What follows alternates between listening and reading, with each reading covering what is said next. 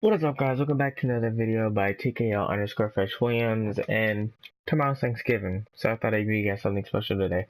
We have a new deck build for Crunch, and I'm gonna cut to when we go to Crunch, so here we go. Be back in 4 seconds, guys. Okay, guys, so what is up? We are back, and look at this motherfucker. This is Crunch. Crunch Punch. That motherfucker that's always gonna kill you. And I'm gonna be totally honest with you guys. I played with him and he's just amazing. You guys will see gameplay towards the end of the video after I talk about this deck build. Now, Crunch is an amazing player. Now, how we're gonna want to be structured on building him is on attack speed, and armor. So let's just review over his abilities. Now, if you guys have played as Crunch, his abilities are extremely strong, even in the first beginning of the game, and they get extremely strong at the very end of the game, which is when it's going to count. It's going to count in mid-game and very end of game. Now, let's go over the first move. Left crunch. I suggest that you guys go with the right crunch first. It just depends on, what your biases or what you like. I'd rather go with left crunch because it takes less mana than right crunch does for some reason. Now, left crunch, it takes 15 seconds recharge. It only takes 40 mana too, which is why I'm saying go with left crunch. Now, it deals 80% damage to enemies with 20% bonus cleave rating. Now, that just, you guys can, understand what that means. That just means it's going to do 80 damage. It also empowers, deals 25% bonus physical damage with 7% bonus cleave rating. So that means when you do it and you activate any regular moves, you're also going to get 25% bonus. It also has a 15-second cooldown. Right Crunch has a 17-second cooldown with a 55 mana cost. It deals 60 physical damage and applies 120 minus maximum speed slow. So when you hit somebody with their Right Crunch, they're going to be delayed on their maximum speed minus 120. It deals 25% bonus physical damage and knocks up enemies instead of slowing them down. If you're just using the Right Crunch, you might do an uppercut, or you might go with both hands and crunch you like that. Next, we have Forward Crunch, which he dashes forwards 1,000 units, which is basically a distance. It's a big difference, dealing 60 physical damage. It also empowers 1,250 units, pushing an enemy heroes on contact. So when you crunch them, or forward crunch them, they're going to fly forward, but you're also going to have the idea to combo these moves. Now, the idea for all these combo moves is that what you do is you can either do left crunch, no, you can either do forward crunch, then right crunch, then left crunch, then re-crunch.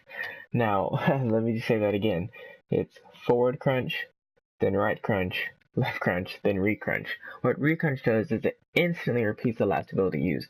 Now, what's weird about Crunch is he doesn't have a little map where he's going to attack. So as soon as you press the square, circle, triangle, R1 or R2, he's just gonna attack. So you need to place that re-crunch perfectly, or you're gonna miss. Same thing with the forward crunch. Now, I'll be back in a second to get you guys with the deck build. We're going to start with our first card, or our basic prime card, the Warlord.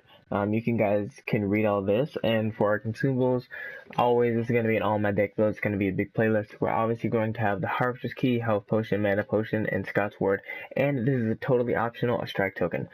I don't really need to explain these guys to you, but health gives you health. Mana, it returns your mana, is extremely fast. Harvester's Key, you can apply Harvesters way faster than usual.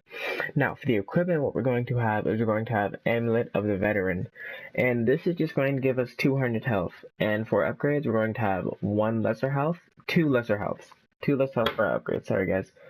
For our next equipment, we're going to have the Adamant Edge, which is a 1/2/2.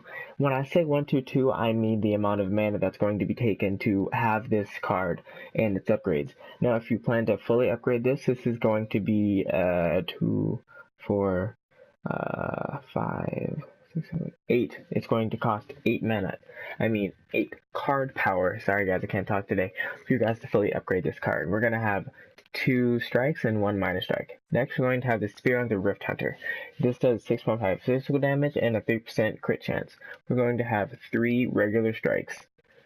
After that, we're going to add some armor. This is a 223. This is going to be a little more on the expensive side, and what I like to do to get the tempered plate is I like to discard my mana potion. No, I like to discard my health potion. Sorry guys, I can't talk today.